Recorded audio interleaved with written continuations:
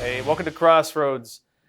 Several years ago, if someone told you that Marxism was the biggest story in the country, what would you have said to them? A lot of people thought Marxism was dead in the national discussion, but lo and behold, here we are, and with social movement after social movement, let's call it, advocating Marxism and openly declaring themselves as Marxist.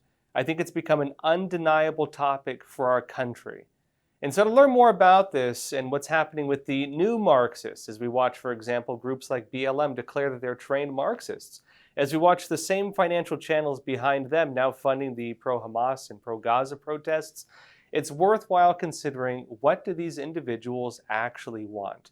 Is it really about the surface narrative, or is it about something else entirely? Well, here to speak with us about this is co-author of NextGen Marxism, Mike Gonzalez. Hey, Mike Gonzalez, thanks for being on Crossroads.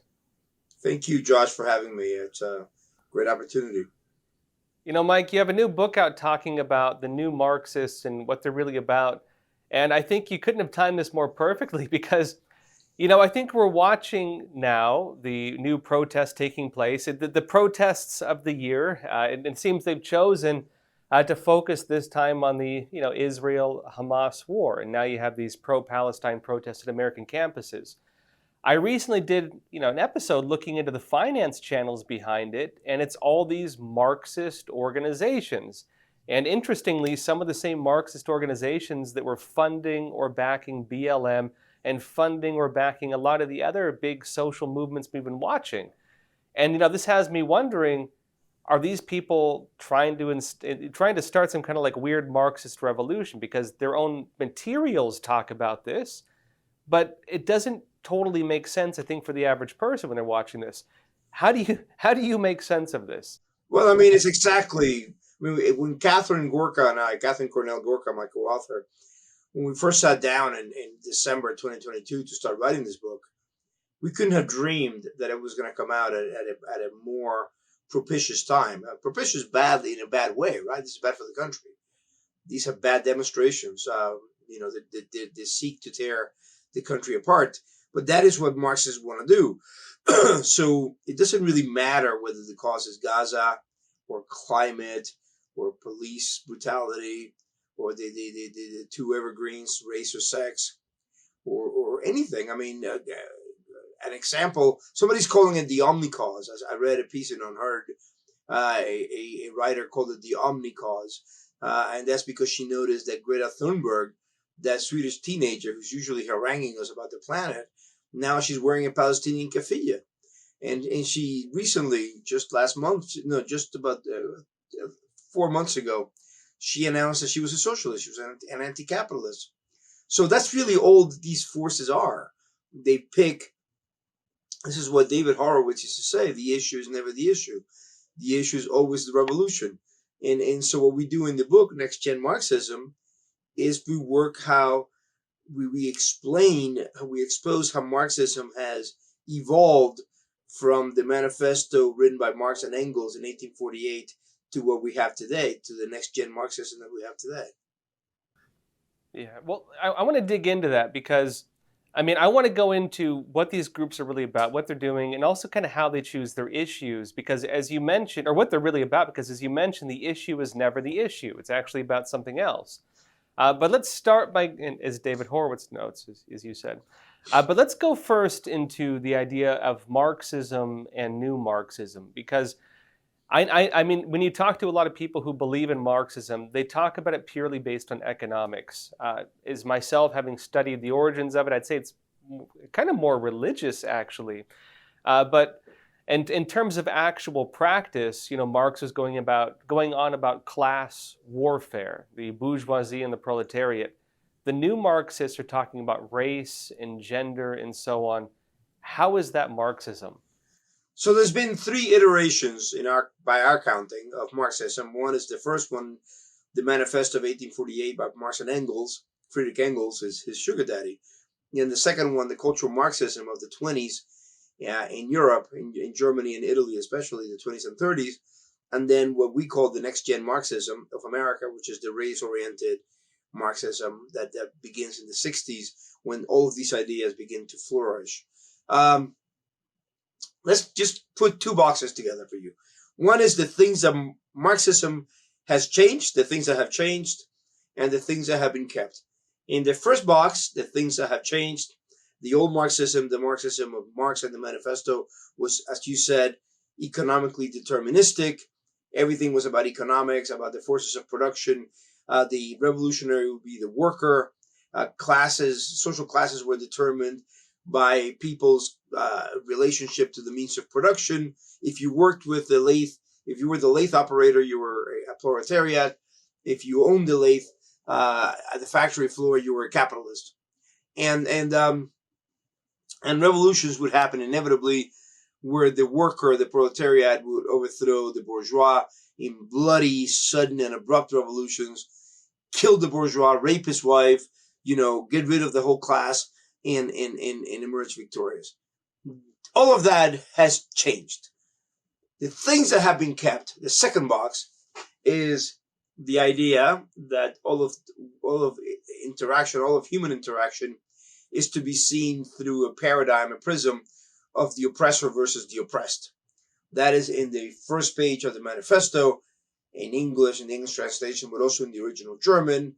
I have read it in the original German. And that continues to today. That survived the cultural Marxism iteration and the American NextGen Marxism. The other things that have changed are the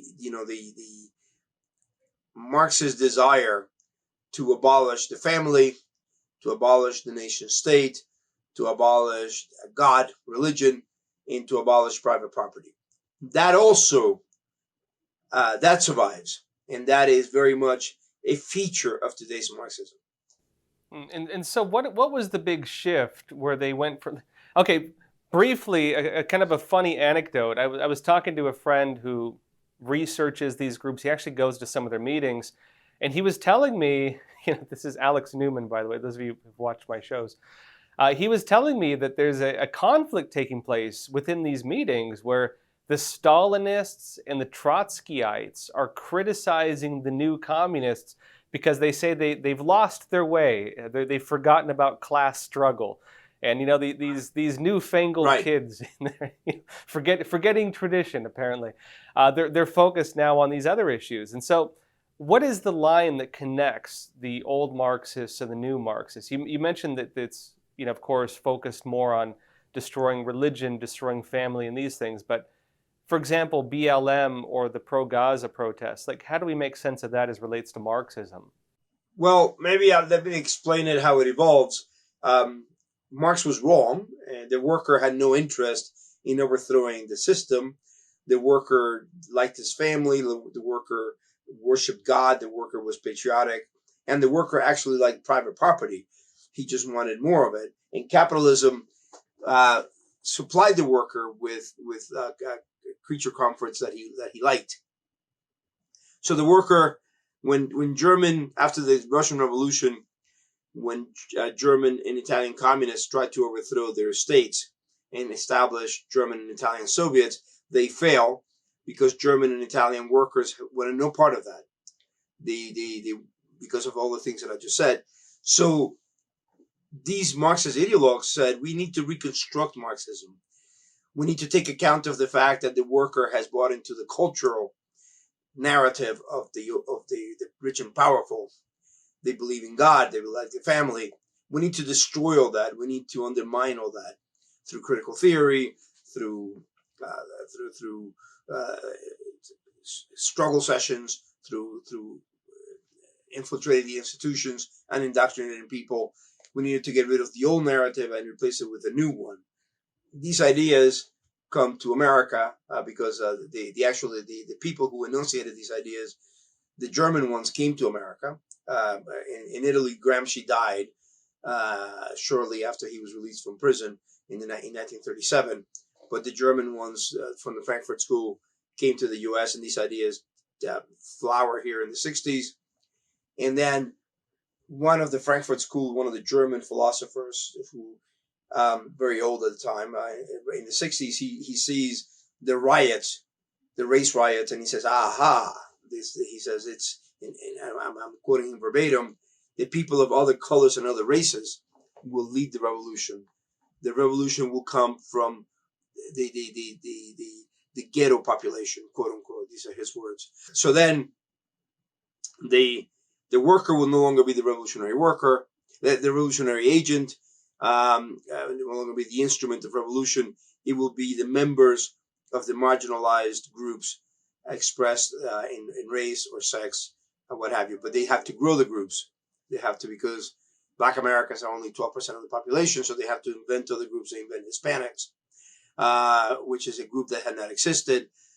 Asian Americans, which is another crazy group that brings together people from the subcontinent with East Asia, Malaysians, Indonesians, Japanese, Indians, Pakistanis. They're all members of one group, and it's supposed to be oppressed. So, and then they invent 57 genders. They invent ever more, and then all of these groups are then organized through community organizing, as idealized by Saul Alinsky, who takes Lenin's ideas about organization and refines them for the American context. And that is really these people. So these ideologues recruit and train the women who will found Black Lives Matter. These children of the 60s, they use the word recruit. Eric Mann, who recruits Patrisse Cullors, the BLM founder, he said, he wrote in a book in 2011, well before the founding of Black Lives Matter, he said his organization had recruited Patrisse Cullors at the tender age of 17 to initiate her in a life of Marxist-Leninism. So if you read the things they say, you listen to them, they speak in the language of this NextGen Marxism, the language of critical race theory. America is systemically racist, lives under an oppressive superstructure and all these things. And of course, ergo, if it's America systemically racist and lives in an oppressive structure, all the structures and all the systems have to be getting rid of. We have to unlearn everything. Back to the old Marxism, in which a dialectic, in which the new replaces the old.